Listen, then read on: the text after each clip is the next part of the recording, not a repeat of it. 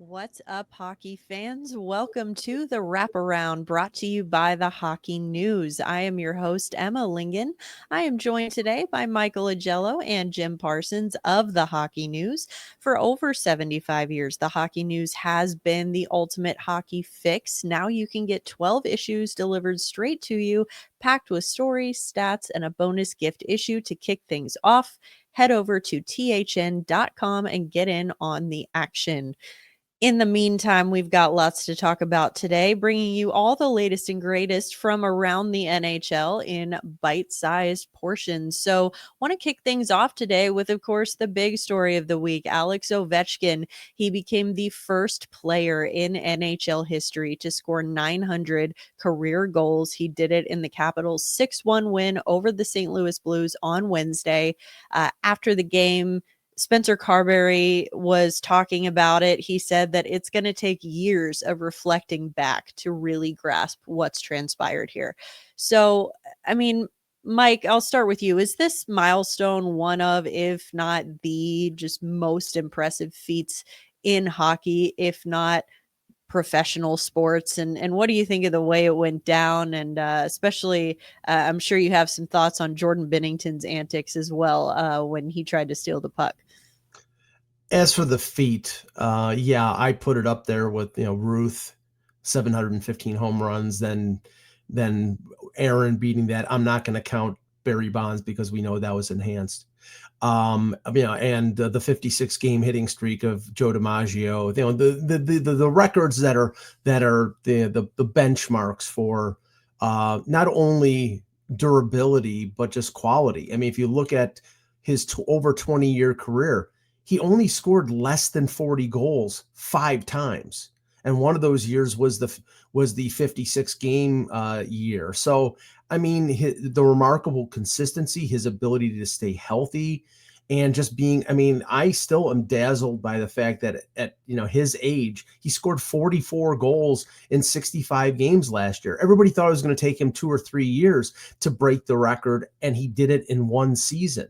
So, I mean, he's fantastic. As for the Binnington thing, it's hilarious. I hearken back to the, did Chris Pronger steal the puck for the Patrick Kane goal back in 2010? And that's still sort of a urban myth. And he says, oh, no. And then probably he's got a puck in the back of his, his bookshelf or something. But yeah, it's sort of like that.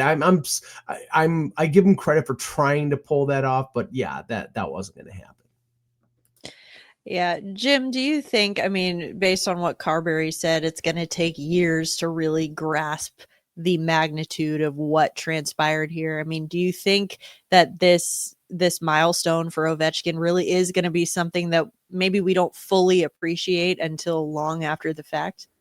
Yeah, to some respect, for sure. I think when you look at something like this that's so unheard of and never been done in hockey before, you're going to be looking at this years from now and going, man, that was really something else. That player was unbelievable. But we already are starting to see signs of how big this was. I looked at one post from the NHL PR department said only 2% of players in the NHL have as many points as he has goals. So he's got 900 goals, and only 2% of players in hockey have that many points. I mean, we're already looking at how amazing this is. The fact that he's been able to do it, and the fact that we're already talking about, can he get to 1,000? I mean, that's pretty wild, right? When you think about that, I don't imagine he does so. I think at some point, age will become a factor, but you can't just rule it out with him, right? There's just absolutely no reason to bet against someone like Ovechkin. And the goal that he scored was the most Ovechkin thing ever, right? Like a backhanded empty netter where he probably shouldn't have even shot the puck, but that's why he scores 900 goals. Like, he's just absolutely is always looking for that opportunity to do so. As far as the Binnington thing goes, it couldn't have happened to a better goalie, if you get my opinion. This is a guy who has been feisty and, for lack of better words, kind of pissy his entire career. I don't know what he was planning on doing. He stuck the puck in his pants and never actually took it out until the referee wanted it back. So was he planning on playing the rest of the game with a puck in his goalie pants? Like, I don't really know what he was trying to do, other than I think he was just trying to stir the pot. So, but that's what Binnington does, right? But yeah, when you talk about the milestone for Ovechkin and whether or not this is going to be something we look at years and years from now, absolutely, because I just don't imagine anybody's going to come close to doing what he did. Yeah, definitely. And like you said, can't ever rule out the possibility of 1,000 with a guy like Ovechkin. I mean, you think age will become a factor, but it hasn't yet. So we'll see what happens there. Other milestones still being set around the league right now. We had another one this week. Nazem Kadri from the Calgary Flames. He was honored with a pregame ceremony on Wednesday for reaching 1,000 career games. So he ended up scoring in the game. The Flames went on to defeat Columbus pretty handily. It was 5-1. Kadri's in his 17th NHL season. It's his fourth season with the Flames. He spent 10 seasons with the Maple Leafs, which is the team that drafted him, seventh overall in 2009. He also played 3 seasons with the Colorado Avalanche, helped them win a Stanley Cup in 2022. Mike, just looking back at Kadri's career, how would you describe his evolution as a player from his early Toronto days, which I know you have some thoughts about because we've talked about it before on the show, but from that point to then becoming a Stanley Cup champion, now being sort of this veteran leader in Calgary? There definitely has been an evolution to Kadri's career. I mean, his tenure in Toronto was, I would think, laced with disappointment and, frankly, stupidity that cost the Leafs two playoff wins against the Boston Bruins because he took stupid penalties that ended up in being long-term suspensions. And then he did the same thing in Colorado, but he finally learned his lesson and I think matured with the Avalanche enough to win a Stanley Cup with them. And, he's been, I think, a decent elder statesman in Calgary. I mean, Calgary signed him to a deal in the wake of, losing Matthew Kachuk and, trading for Jonathan Huberdeau. And essentially, they wanted to make Calgary look like they were still a destination. And they brought in Kadri on a deal at that point that was a little too pricey.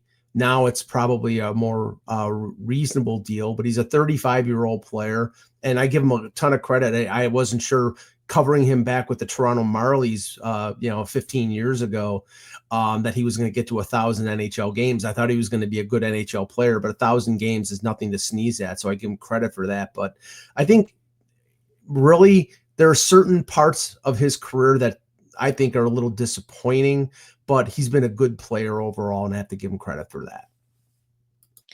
Jim, what are your thoughts on Kadri's career, sort of the evolution of it? Obviously, he's a name that has come up recently in potential trade conversations and, just kind of the different roles that he's played and, how he gets to this point at 1,000 games.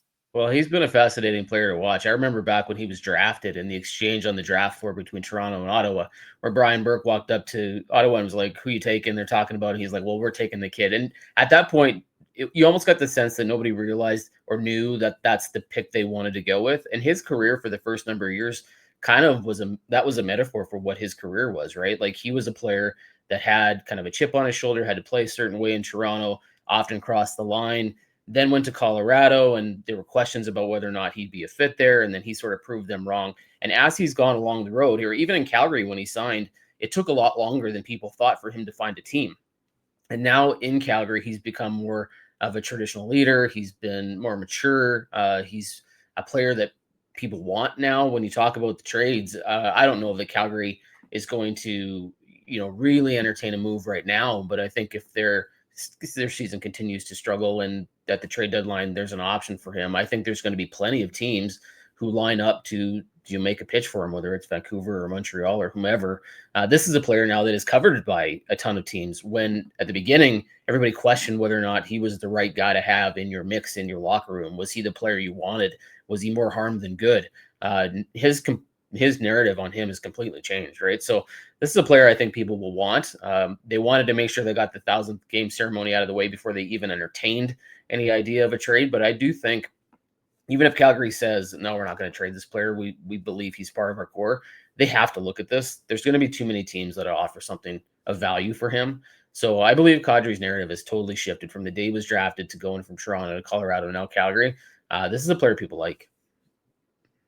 For sure. And, I think it's worth pointing out one notable aspect of his 1000th game was who did not play for the Calgary Flames in that game. So that was rookie defenseman Zane Parekh. He was scratched from Kadri's 1000th game based on head coach Ryan Huska's decision. Huska said with Zane, there's going to be a lot of mistakes. He's going to give up 2-on-1s. He's going to turn pucks over for breakaways, but junior is not the place for him. So obviously that's referring to, the decision to keep him with the NHL team rather than send him back to junior hockey. We've got a few rookies either approaching or recently surpassing that 10-game mark that burns a year from their ELC. So guys like Matthew Schaefer, Sam Dickinson are past that point now where they have officially burned or are about to burn a year of their ELC to stay in the NHL. So, Mike, do you think that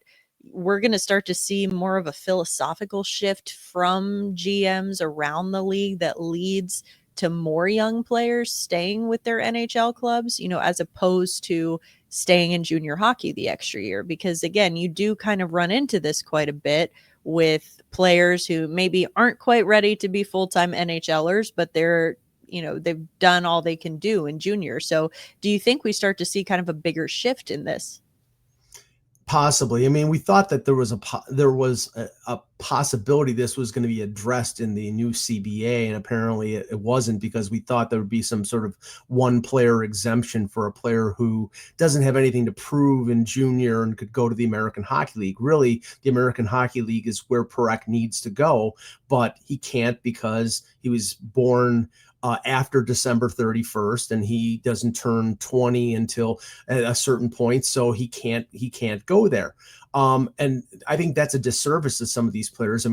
Shane Wright is a good player and he's turned into a good player, but that first year that he was with Seattle, where they kept ferrying him back from, I think it was Coachella Valley to Seattle, was a waste. And then in the end, I think after he played in the World Junior, he went back to the OHL and he got traded from Kingston to another OHL club. So maybe the fact is that Parekh would be going back to a Saginaw team that's not really competitive right now in the OHL. Maybe they keep him. Maybe they send him to their AHL team on a conditioning stint. He goes to Canada, Team Canada at the World Junior, and then they decide to assign him to the OHL. But sitting him and scratching him for long periods of time doesn't make a lot of sense. Either you let him make mistakes as an 18 or 19-year-old in the NHL and play him. Either you do that or you send him back to junior and let him mature there. Jim, what do you think? Mike mentioned the CBA, and I think that one player exemption is that start next year, I think, where they can have one player go to the AHL. But again, right now we're just kind of stuck in this middle ground. What are your thoughts on this? I think most of this is totally situational. Depends on the team, depends on their situation in the standings, what they're looking at for the playoffs, what they think of the player themselves. When you talk about a guy like Matthew Schaefer, it's pretty clear he may be one of the best, if not the best player on the Islanders right now. So you're not sending him anywhere, right? Like, he's going to be the guy that you rely on. Everybody on that team understands what he is and how important it is that he gets those minutes. When you're looking at a guy like Zane Parekh, there are some hiccups here, right? Like, you've got a really talented player with a high ceiling who's going to have some growing pains, but he is too good for the juniors. So do you put him there? In Calgary's situation, I would say probably not, simply because they know what they're going to be this season. They're probably going to be a lottery team when all is said and done. They may talk about wanting to play in the playoffs and contend and maybe push for a spot, but I think most of us know that's probably not going to happen. So can you live with that? And the question becomes, like it would for any player in his situation, how many minutes can you give him? How much do you put him in there responsibly and go, are we ruining this player by, just crippling his confidence, things like that. So I think it's totally situational when you're looking at certain players, certain teams, where they are, how much they can play them, what position they're playing, all that stuff matters. In Calgary, I think it's a great situation because they can sit him like they've been doing, talk to him, work him through, develop this whole thing with the big club, knowing that at some point he's going to be a very important piece for them, but it doesn't have to be this year, right? This is not a team that's going to be contending, and they don't expect him to be what Matthew Schaefer is for the Islanders, which is a massive difference maker. So I think it's all situational. And Emma, the mark, the 9-game, 10-game mark is always what everybody looks at when it comes to these players in terms of burning the first year of their ELC.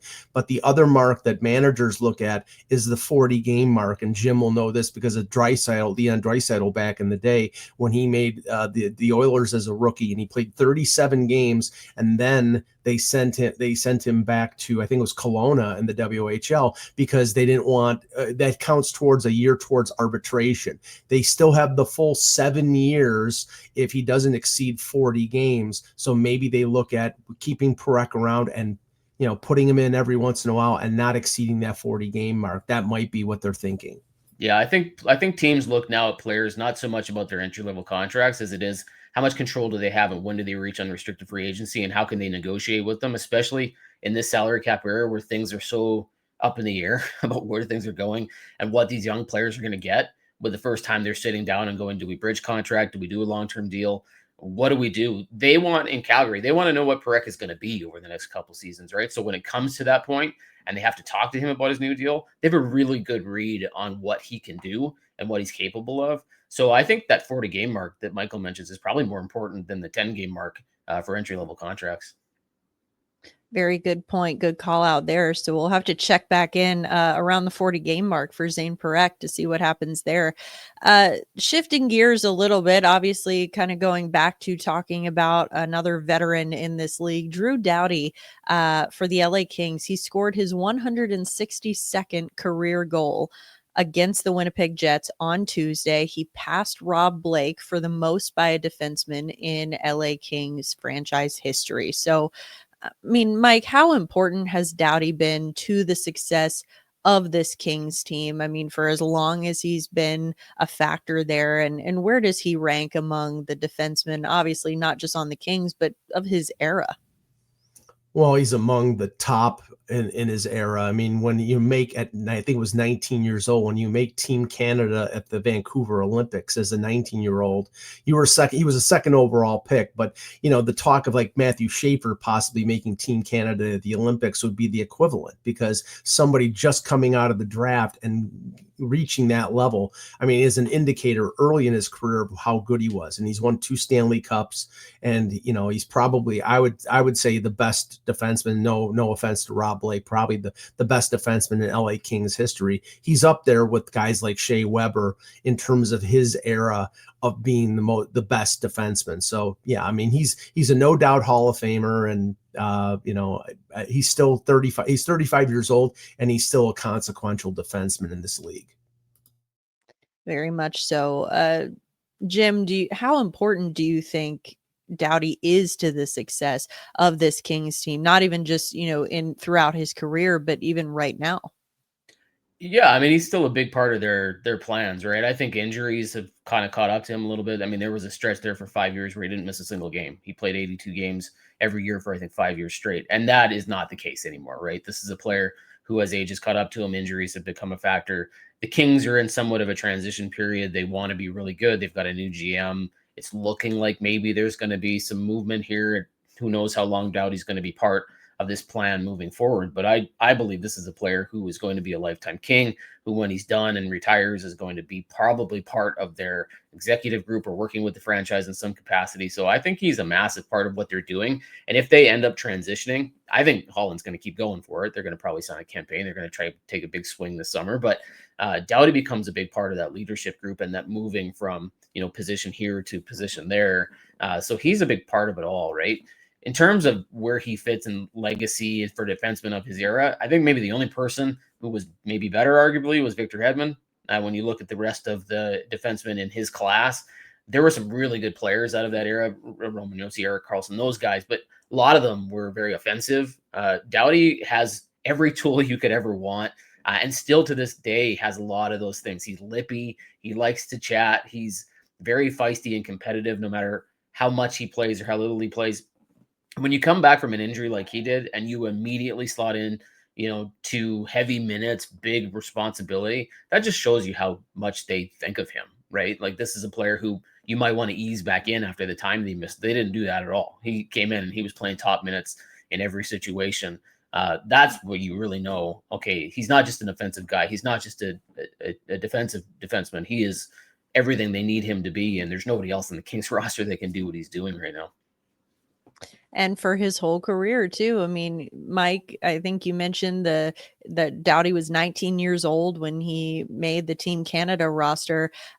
Want to kind of shift a little bit, talking about the Team Canada roster coming up this year. We could have some interesting additions here. So want to talk specifically about the goaltending position. So Logan Thompson had last year what a lot of people considered to be a one-off really strong year, but he's gotten off to a really good start with the Washington Capitals again this year. He leads the league in save percentage at .935. He's got a 151 goals against average, and he's third in goals saved above expected among goalies who've started at least 5 games this season. So again, looking at who Team Canada brought to the Four Nations face-off last year, or notably who they did not bring to the Four Nations face-off, being Logan Thompson, things that, could be looking a little bit different now as they look ahead towards the Olympics. I mean, Jordan Binnington, who was lights out as the starter for Team Canada,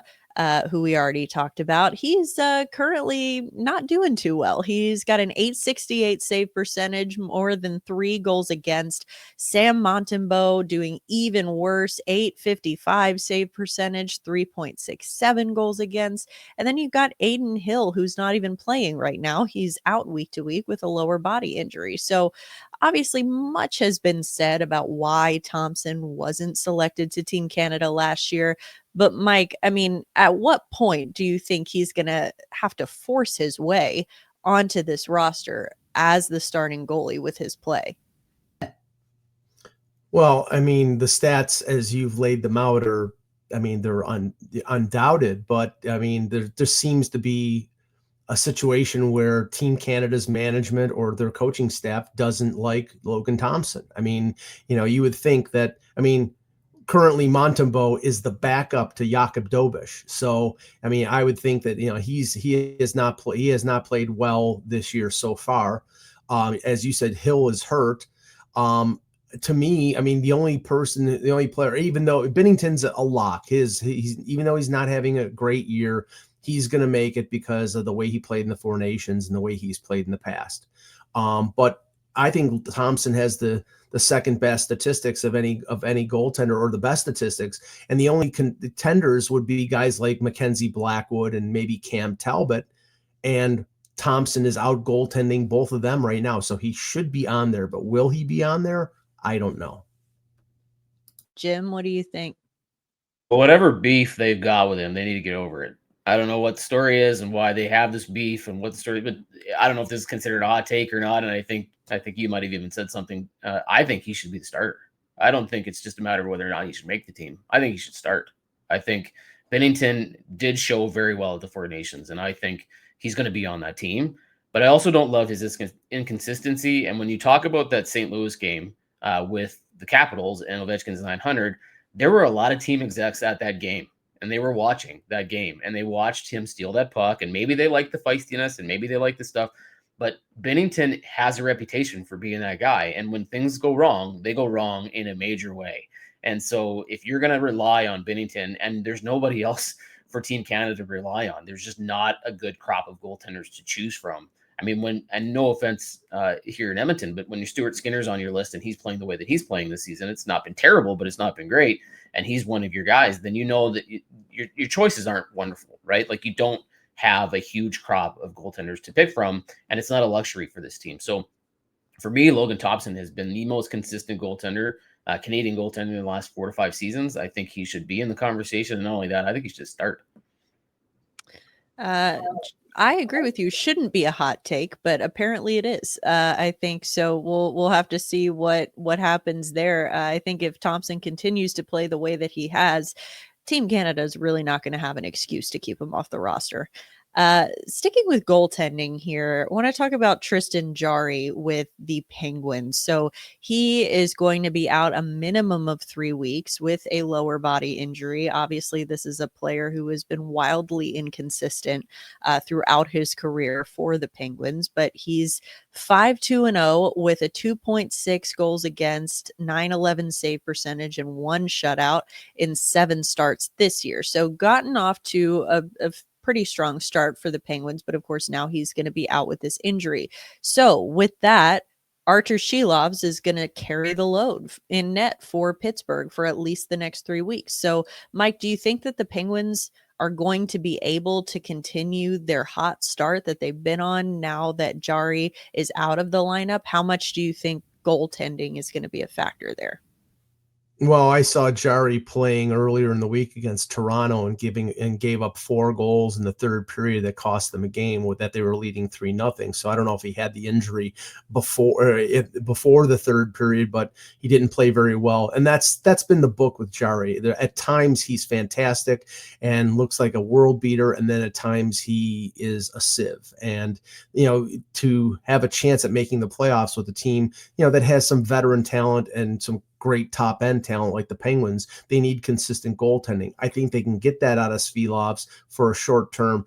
The problem is that their backup is now the young Sergei Miroshov, who they love as a prospect, but he's 21 years old, and I don't think they want to put him in there for more than a couple games. So it's going to be all on Svilovs' shoulders, and we'll see what happens. Shilov's also, pretty young, pretty unproven. Obviously had a great run with Vancouver a couple years ago, and then ended up spending most of last year in the AHL. So, Jim, what do you think? Do you think Shilov's is up to the task, and do you think the Penguins as a whole are up to the task of just kind of carrying on this pace they've started with? Well, I think Shilovs is a decent goaltender. I don't know if he's going to be, a guy that can start for the rest of the season or whatever the case might be if Jarry struggles or his injuries are, lingering. But I think Shilovs is a pretty good goaltender. I like the move when they went out and got him. I thought it was a smart, kind of astute play by Kyle Dubas there. As far as how the Penguins go, this was probably a team that I think most of us knew was going to come crashing down to earth at some point. They haven't yet. Their record's still pretty good, but I don't believe that this is a team whose hot start is going to be indicative of the rest of the season. When you look at, it's not just Jarry who's hurt now, Noel Acciari, Justin Brazeau. There are some injuries piling up on this team who is, aging. Didn't necessarily expect when they came into this year was going to be a contender. They talked about it. They wanted to be. They want to be play well so that Sidney Crosby trade talk just goes away. And right now it sort of has, but I don't think that Penguins are going to be a team that we're talking about in a month or two as one of those teams that is still, fighting for a playoff spot. And maybe the way they played against Toronto, and maybe the way that, these injuries are starting to stack up, we're starting to see how things are going to trend in another direction.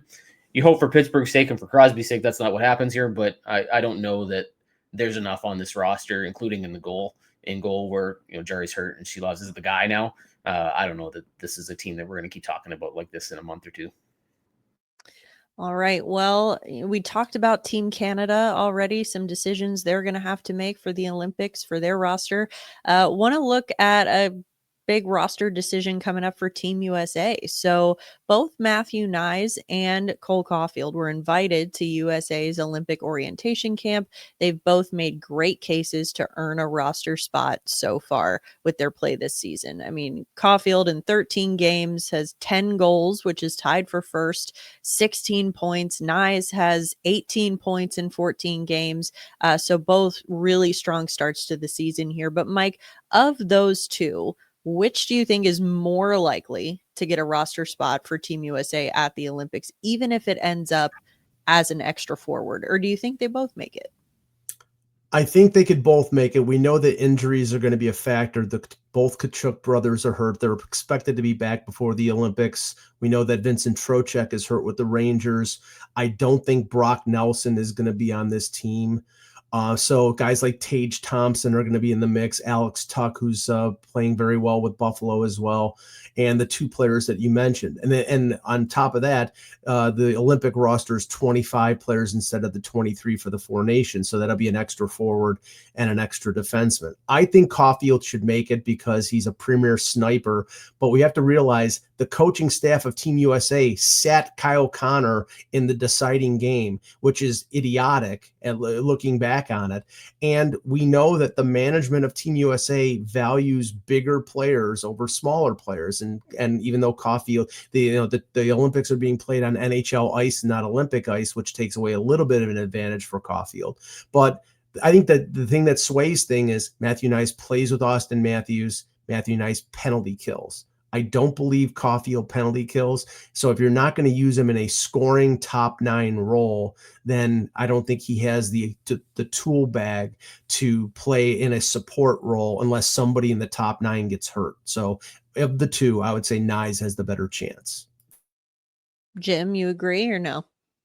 I think I agree with that. I think the question for me becomes, what does Team USA prioritize in terms of what they think they need on this roster? If you're looking at clutch, you're going with Caufield, right? This is a guy who can score at the craziest of moments and get you that goal. If things are tight and you need the offense, he's going to get it for you, where Matthew Knies might not. But if you're looking for a more versatile player who's big, can crash, can forecheck, play in multiple roles, like Michael said, and if that's what Team USA prioritizes, then I think Knies has the edge over Caufield. Whether or not they both have room to make it, I'd agree. The injuries are in who's hot and who's not.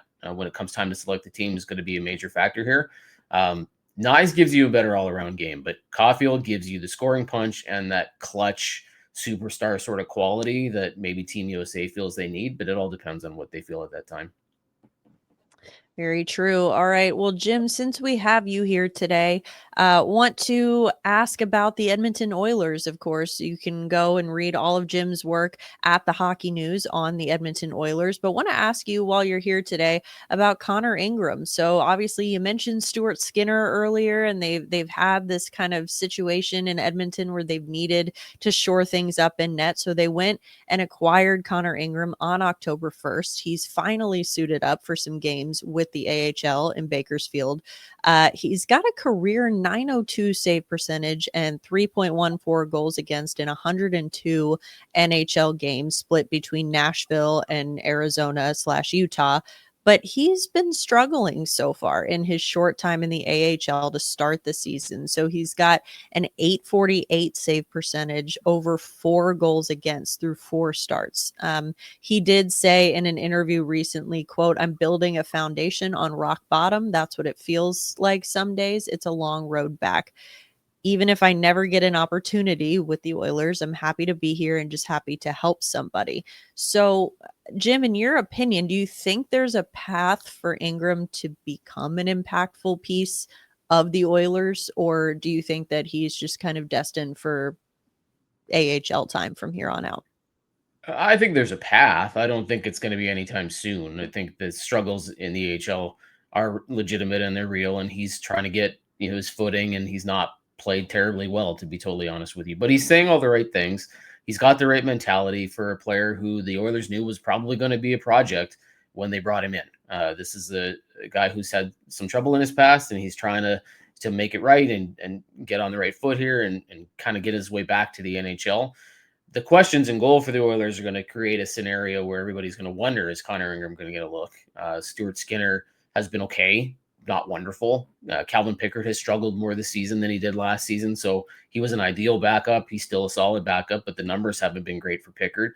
But the Oilers are also a team that is not freaking out yet. They're a club who's got some points. They haven't played terribly well in October, and they started with 2 kind of not so wonderful outings against St. Louis and Dallas in November, but they don't worry. I don't think this is a team that panics too much. And I think the same thing is going to be said of their goaltending. Right now, there's no immediate, imminent threat that they need to go out and find somebody. So they're going to give everybody here time.